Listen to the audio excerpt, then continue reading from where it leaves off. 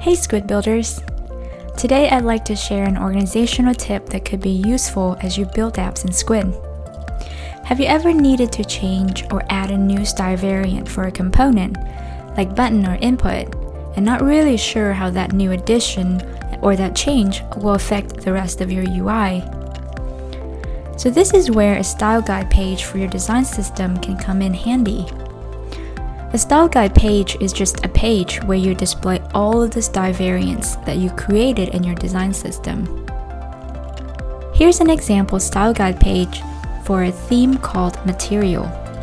On the page, I list out all the style variants that I have, and also the combination of components and variants that achieve a certain pattern, like cards in a deck. Your design system can start out small, but it can get filled out quickly. That's why there are a few benefits to having a style guide page. It helps keep your design system clean and consistent.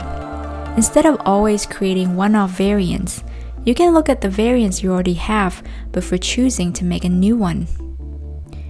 If you work with a team of people, the style guide page can help communicate changes and additions that someone makes, keeping everyone in the loop.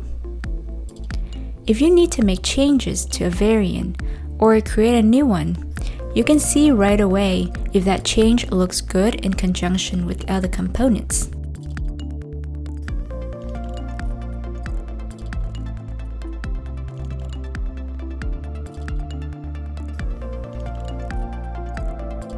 You can download this style guide example in our Skuid Labs Git repo. And that's it for our Skuid's tip of the week. Thanks for watching.